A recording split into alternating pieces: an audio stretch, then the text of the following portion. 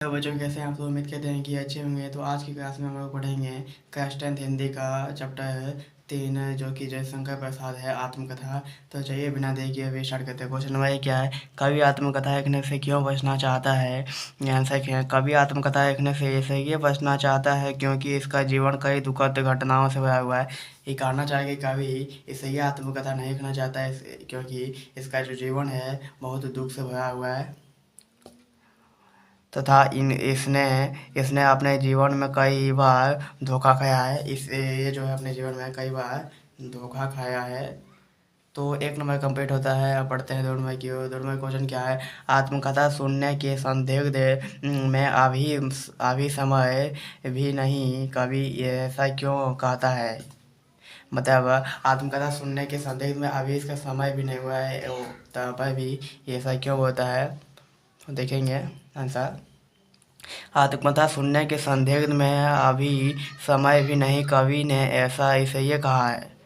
आत्मकथा लिखने से यही आत्मकथा सुनने के संदिग्ध में अभी समय भी नहीं, मतलब इसका अभी सुनने का समय भी नहीं हुआ है। कवि ऐसा इसलिए बोलता है कहा क्योंकि कवि को लगता है कि इसने जीवन में कब तक कई ऐसे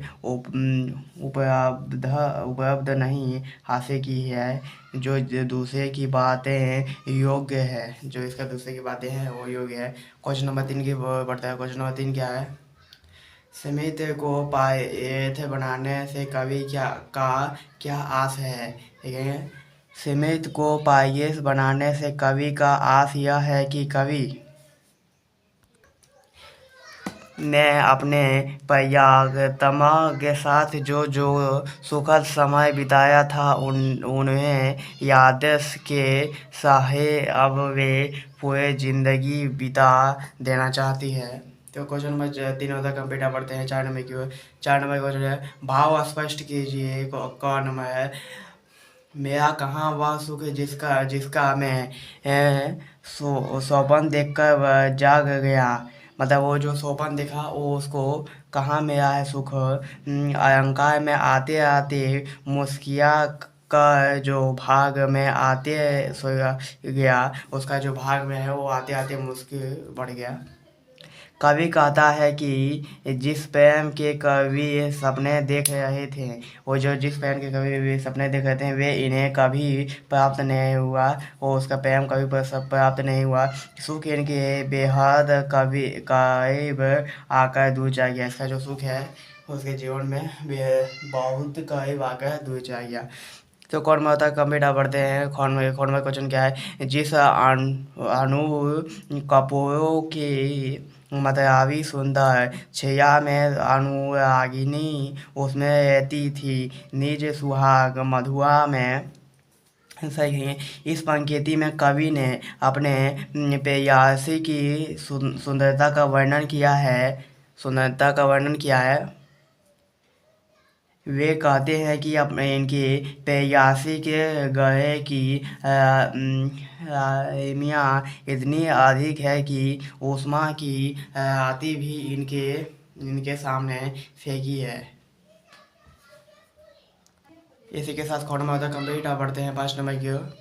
5 नंबर क्वेश्चन क्या है, उज्ज्वल कथा कैसे उड़ान मधुर चांदनी रातों की कथा के माध्यम से कवि क्या कहना चाहता है। आंसर देखेंगे, अपनी प्रेयसी के साथ बिताया हुआ सुख के पलों को कवि किसी के सामने प्रकट नहीं करना चाहते। चांदनी रात में बिताया गया वे पर एक उजड़ा गधे की तरह है। इन यादों को वह औरों को बताकर अपना मजाक नहीं उड़ाना चाहता। मतलब वही जो याद है उसको किसी और को बताकर अपना ही मजाक नहीं उड़ाना चाहता है। तो 5 नंबर होता है कंप्लीट बढ़ते हैं। 6 नंबर देखते हैं क्वेश्चन क्या है। 6 नंबर क्वेश्चन क्या है, आत्मकथा कविता की वाक्यन भाषा को की विशेषता उदाहरण साहित्य एक है। तो देखेंगे, आत्मकथा कविता की काव्यांग भाषा की विशेषता निम्नलिखित है। पॉइंट नंबर 1, कविता में खड़ी बोली हिंदी भाषा का उपयोग किया है। पॉइंट नंबर 2, कविता में कवि ने नवीन शब्द का प्रयोग किया है।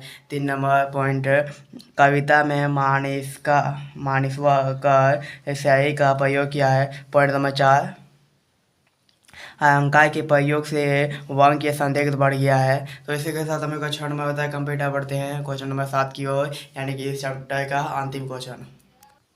7वां क्वेश्चन क्या है, कवि ने जो सुख का स्वप्न देखा था इसे कविता में 21 रूप में अभिव्यक्त किया है। तो देखेंगे, कवि ने जो सुख का स्वप्न देखा है, मतलब कवि ने जो सुख का स्वप्न देखा था इसे वह अपनी प्रेयसी नायिका के माध्यम से व्यक्त करती है। कवि कहता है, जो कवि है वो कहता है कि नायिका स्वप्न में इसके पास आते जाते मुस्कुरा कर चली गई, मतलब उसका पास स्वप्न में आते जाते मुस्कुरा कर चली गई। कवि जो है वो कहना चाहता है कि जो सपने इन्होंने और इसकी प्रेमिका ने मिलकर देखी, ये जो सपना है वो इसने और इसकी प्रेमिका ने जो मिलकर देखी है वो तो इसे कभी प्राप्त नहीं हुआ। वो जो सपन ये और अपनी प्रेमिका के साथ मिलकर देखिए वो कभी नहीं सत्य हुआ। तो इसी के साथ ये चैप्टर होता है कंप्लीट। आई होप आप लोग को समझ में आ गया होगा। अगर आप लोग को थोड़ा भी अच्छा लगा होगा मेरा वीडियो तो प्लीज़ मेरे चैनल को सब्सक्राइब करके अपने क्लासमेट में शेयर कर दीजिएगा। अगर आप लोग को कोई डाउट हो तो कमेंट बॉक्स में ज़रूर बताइएगा या इस नंबर पर संपर्क कीजिएगा। कभी भी संपर्क कर सकते हैं आप, मेरा टीम आपका कॉल उठाएगी और अपने डाउट को व्हाट्सअप कर दीजिएगा। उसे आपको हाई करके वीडियो या कॉपी में हाई करके फ़ोटो आपके पास पहुंच जाएगा। और मेरे चैनल को ज़्यादा से ज़्यादा सपोर्ट कीजिए, इसे ये कि हम आपके लिए अच्छा से अच्छा वीडियो बनाकर आ पाएँ। आज के लिए इतना ही। जय हिंद, जय